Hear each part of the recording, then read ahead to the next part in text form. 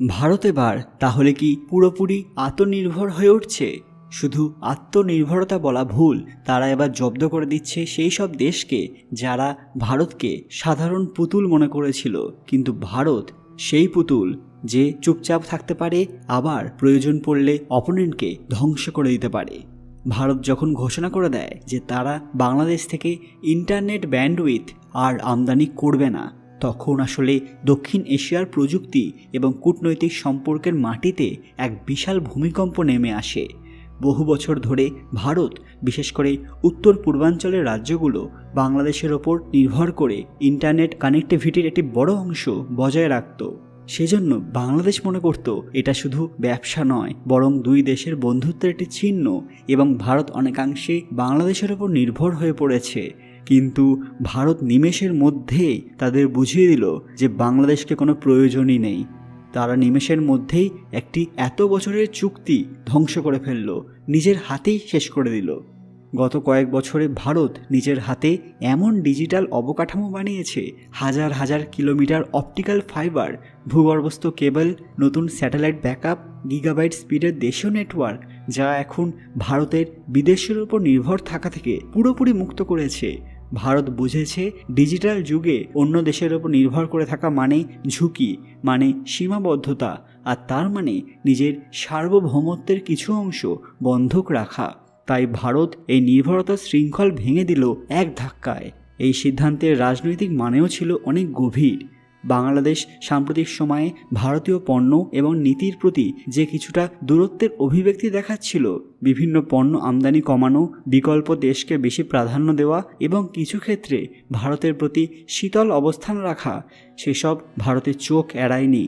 ভারত সাধারণত সরাসরি প্রতিক্রিয়া দেখায় না, কিন্তু যে দেশ নীরবে শান্তভাবে কিন্তু শক্ত অবস্থান নিতে জানে, সেটি হলো ভারত। ভারত কখনো প্রকাশ্যে কঠোর কথা বলে না, কিন্তু দেখিয়ে দেয় যে তুমি যখন আমাকে প্রয়োজন মনে করছো না, আমি তখন তোমার বাজারের উপর নির্ভর করব না। এর মাধ্যমে ভারত এক শক্তিশালী বার্তা পাঠালো, যে যুগে তথ্যই সবচেয়ে বড় সম্পদ, সেখানে কানেক্টিভিটি সহ যে কোনো সেবা একটি রাজনৈতিক হাতিয়ার। যে দেশ ভারতের প্রতি স্থিতিশীলভাবে আচরণ করবে, ভারত তার পাশে দাঁড়াবে, সবসময় তার সঙ্গে থাকবে। আর যে দেশ বার্তা বা সিদ্ধান্তে দূরত্ব তৈরি করবে, ভারত তার উপর নির্ভরতা কমিয়ে দেবে আর তাকে কোনোভাবে সাপোর্ট অবধি করবে না। এই বার্তাই এখন বাংলাদেশের রাজনৈতিক মহলে আলোচিত, কারণ ভারত যখন কোনো বিষয়ে নীরব থাকে, তখন সেই নীরবতাই অনেক সময় সবচেয়ে জোরালো হয়। বাংলাদেশের ওপর এই সিদ্ধান্তের আর্থিক প্রভাব কিন্তু কম নয়। তারা এক ভয়ঙ্কর লসের সম্মুখীন হয়েছে। ব্যান্ডউইথ রপ্তানি এমন একটি ব্যবসা ছিল যা বছরে কোটি কোটি টাকা এনে দিত বাংলাদেশকে। এত বড় একক গ্রাহক ভারতকে হারানো মানে হঠাৎ আয়ের প্রবল পতন। বাংলাদেশ এখন হন্য হয়ে অন্য বাজার খুঁজছে, কিন্তু দক্ষিণ এশিয়ার ভূগোলগত বাস্তবতায় ভারতের মতো স্থিতিশীল, দীর্ঘমেয়াদী এবং বৃহৎ ক্রেতা পাওয়া অসম্ভব। যেসব দেশে বাংলাদেশ রপ্তানি করতে পারে, তাদের নিজস্ব কেবল সিস্টেম আছে, তাদের নিজস্ব ব্যান্ডউইথ আছে। ফলে বাংলাদেশের ওপর অর্থনৈতিক চাপ তৈরি হয়েছে এবং সরকার এখন অভ্যন্তরীণ ক্ষেত্রে মানুষের প্রশ্নের মুখে। ভারতকে দূরে সরিয়ে তারা কি পেয়েছে? এখন তো তারাই সমস্যার সম্মুখীন। ভারতের জন্য এই সিদ্ধান্ত ছিল অনেকটা ক্ষমতার প্রতিষ্ঠা। ডিজিটাল স্বাধীনতা শুধু প্রযুক্তিগত স্বাধীনতা নয়, এটি কূটনৈতিক শক্তিরও পরিমাপ। ভারত দেখিয়েছে যে সে এখন বিশ্বের অন্যতম শক্তিশালী ডিজিটাল অবকাঠামো তৈরি করা দেশ, যে দেশ নিজের চাহিদা নিজেরাই পূরণ করতে পারে। উত্তর পূর্বের রাজ্যগুলো, যেগুলো আগে দূরবর্তী হিসেবে বিবেচিত হতো, এখন হাই স্পিড কানেক্টিভিটির দিক থেকে ভারতের বাকি অংশের মতোই শক্তিশালী। ফলে এই সিদ্ধান্ত ভারতকে আরও একটি কৌশলগত সুবিধা দিল। তারা আর সীমান্তবর্তী কোনো বাইরের দেশের জটিলতার ওপর নির্ভরশীল নয়।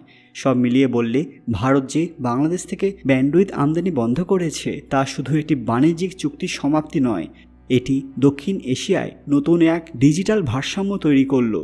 এটা সপাটে বাংলাদেশের গালে এক চড় মারার মতো হয়ে গেল। বাংলাদেশ বুঝে গেছে ভারতকে দূরে সরিয়ে রাখলে শেষ অবধি ক্ষতির বোঝা নিজেদেরই বইতে হবে। আর ভারত দেখিয়ে দিল নির্ভরতা নয়, বরং আত্মনির্ভরতা এবং প্রযুক্তিগত শক্তিই ভবিষ্যতের আসল পরিচয়। এটি এমন এক অধ্যায় যেখানে ভারত নীরবে কিন্তু দৃঢ়ভাবে বিজয়ী, আর বাংলাদেশ কঠিন বাস্তবতা এবং ভয়ানক লসের মুখোমুখি হয়ে দাঁড়িয়েছে। বন্ধুরা, ভারত কি এই সিদ্ধান্ত নিয়ে সঠিক কাজ করেছে, নাকি তারা একটা বড় ভুল করে বসেছে? আপনাদের মূল্যবান মতামত কমেন্ট বক্সে অবশ্যই জানাবেন। এরপর কি বাংলাদেশের ব্যান্ডউইথ গ্রহণ করা উচিত তারা হাজার রিকোয়েস্ট করলেও? আজকের ভিডিওটি লাইক করবেন এবং শেয়ার করে সবাইকে দেখার সুযোগ করে দেবেন।